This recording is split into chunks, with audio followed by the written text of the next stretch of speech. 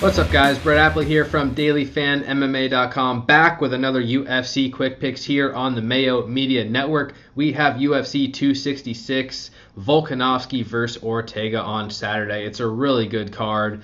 2 title fights, 13 fights in total, a lot of big names, exciting matchups, and some fun UFC debuts as well. I am really looking forward to this event.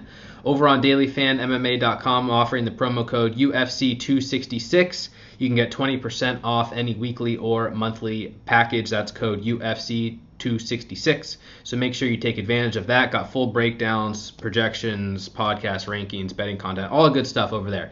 Here, I'm going to be giving you my favorite cash game play, tournament play, salary play, and my fade of the week as usual for the event. And before I get into that, as always, make sure you subscribe to the channel, like the video, comment below who your favorite play is between, let's say between 8.6 and 7.6K. Let's look at the mid-range. Who's your favorite play this week in the mid-range? Who's going to make you stand out? Without further ado, let's jump into my cash game play of the week, and it's going to be Valentina Shevchenko at 9.5K. All right, for cash games, you know the drill. I'm just going to tell you the best plays on the slate, and it's none other than Shevchenko at 9.5K. Yeah, she might be obvious, but she's only $100 priced above Matthew Semmelsberger this week, only $200 priced above Taila Santos. So it's not as if there's some giant gap between the top end and Valentina Shevchenko, but from a value perspective, you could definitely argue that there is, considering Shevchenko is minus 1,700 to beat Lauren Murphy this week, and Semmelsberger's around minus 500. So you could argue Shevchenko should be priced closer to 10K almost here. And she's also minus 170 to win inside the distance in a fight that, if it doesn't end inside the distance, it's going 25 minutes. So Shevchenko has a very high floor and ceiling here on this slate. And the reason I'm talking about her more from a cash game perspective than a tournament perspective is because she has some boom or bust risk in tournaments, because she doesn't produce offense at a super high pace. She's a low volume striker. She likes to slow the pace down in fights. She lands only 3.02 significant strikes per minute. She is, however, averaging 2.64 takedowns per 15 minutes, and that's where her game has really thrived in recent years. She's landed 7, 5, 3, 1, 2, 5 takedowns in her past 6 fights.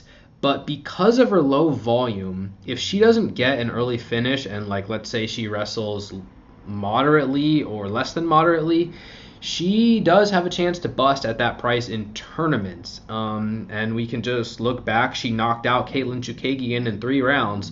Super impressive, right? Well, she only put up 86 points because she landed 40 significant strikes in 3 rounds.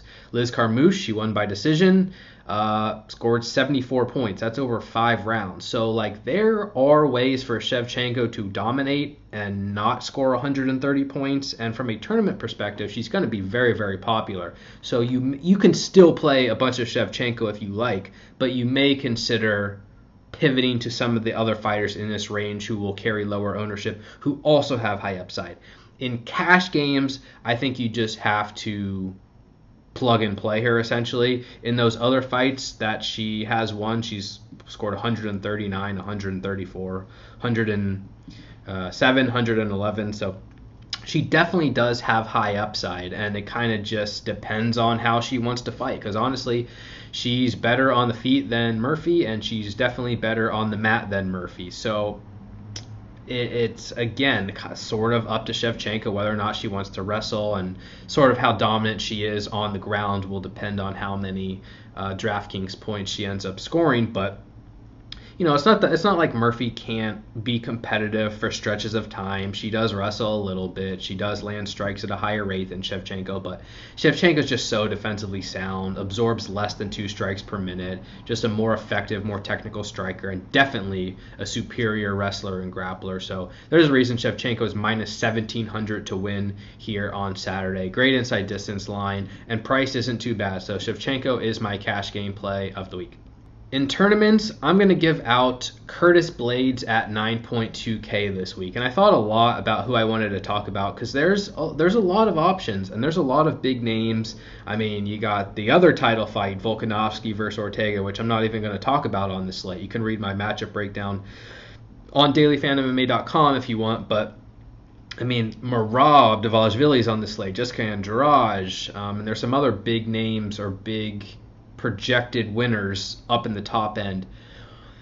Curtis Blades I like at 9.2K because he has upside, but I'm not certain that he's going to be that popular on this slate coming off a knockout loss to Derek Lewis, in which he was a big favorite there. I was on him big, and he kind of just didn't choose to wrestle for too long and ended up getting knocked out and scored 12 points. And yeah, he's a good fighter, but I can easily see people just pivoting to Shevchenko in this range, or up to Semelsberger, or the other aforementioned Andrade, Dvalishvili. So I think Blades could fall under the radar here, and it's because people are scared, and that's fine because I've been burned by Blades many times, but I've also been rewarded by him many times because he's a dominant wrestler, grappler in the heavyweight division, and he has a decent chance to win inside the distance. So when you put those two things together, fighters typically score very, very well. He's minus 315 to beat Jair Rozenstruik, currently plus 130 inside the distance, which is a strong mark. And I mean, you know the deal on Blades. If he looks to stand and trade with Rozenstruik, well, he's probably going to lose. He's probably going to get knocked out. And I wouldn't be totally shocked if that happens again. But I mean, you can play some Rozenstruik in tournaments as well for 7K because of that upside. But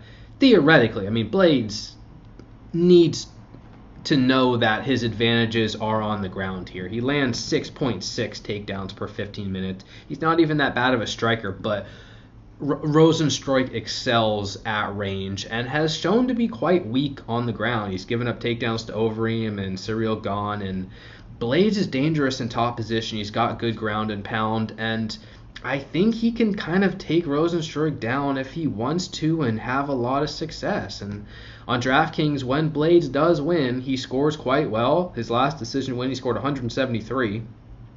Prior to that, he scored 82 in a standing knockout of Dos Santos. That was with no takedowns. 120 over Abdurakhimov, 105 over Willis, then 99, 134, 121. In wins prior to that. So it's going to be dependent on whether he lands takedowns or not. And again, this is not the safest fight in the world, and that's why I'm mentioning it on the tournament section as opposed to the cash game section. But Blades is, again, a big favorite here, minus 300 plus to win. Decent inside the distance line, plus 130. On a different slate, he'd be ultra chalk, but with so many big names in this range, he could fall a little bit below the radar. And ultimately, I think if he does win, it comes from takedowns, it comes from control, it comes from ground and pound, and that gives him a very high ceiling.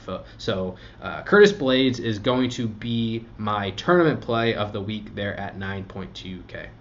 All right, moving on to my salary play of the week, and I'm going to give out Nick Maximov at 8K. And the reason I'm smiling so much is because I have known Nick for 10 years, and I've been following his career, the in and out, for a long time, and I'm just so excited for him and so thrilled that he's able to make his UFC debut finally on Saturday. He absolutely deserves it. He's a fantastic grappler, especially jiu-jitsu. I think he's a brown belt in jiu-jitsu currently, though that I would believe is his biggest strength. He's an excellent wrestler, junior college All-American, and he trains out of the Diaz camp, so he's an improving striker.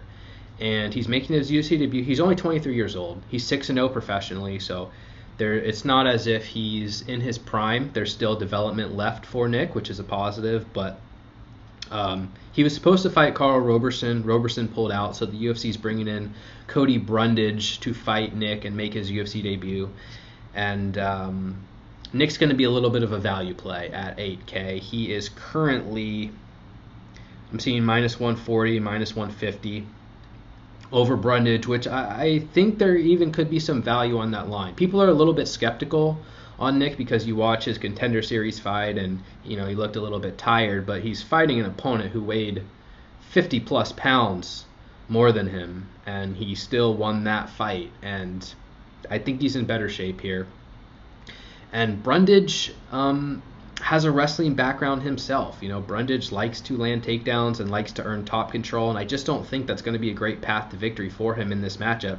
Nick's a better grappler, and if the fight plays out on the feet, I suppose either side could win, but I don't think Brundage particularly excels on the feet there anyways.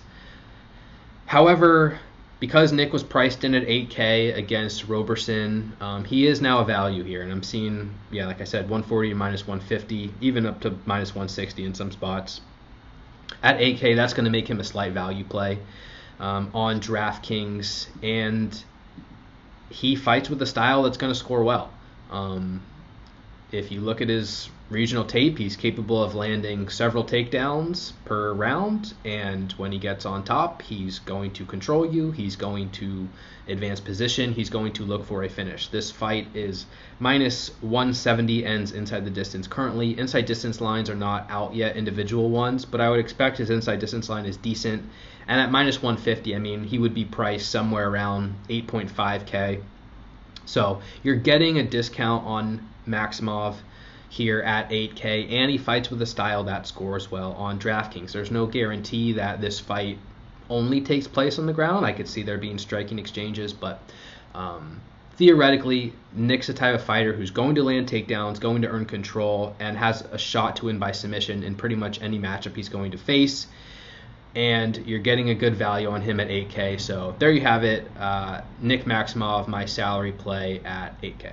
Finally, my fade of the week. I'm going to talk about Omar Morales at 8.5K. I also think Tyler Santos is an interesting candidate for a fade up there at 9.3K. I do think Santos can beat Modafferi and score well, but I don't know that she's going to come out of this upper 9K range as the highest scoring winner. That seems a bit unrealistic considering her lack of an inside distance line.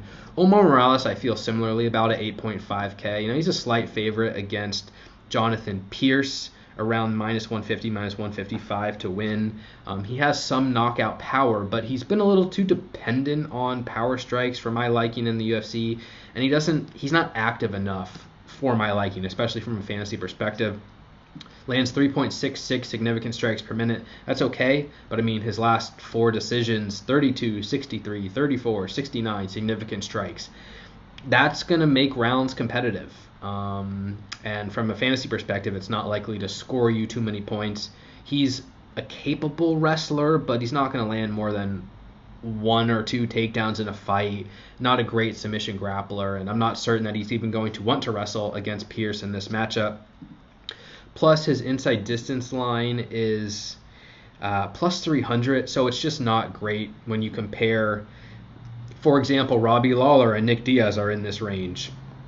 That's going to be a 5-round fight. The winner could score well. I already talked about Maximov. Turner Medic is a fight that's likely to end inside the distance.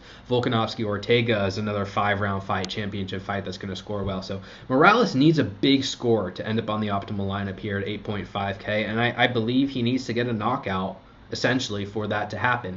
And although it's possible, anything can happen in MMA, he's just not a fighter I'm looking to prioritize on this slate, especially with a plus 300 inside distance line, low volume wrestler, low volume striker, not a typical fighter I'm looking to target on DraftKings. So Omar Morales officially going to be my fade of the week at 8.5K.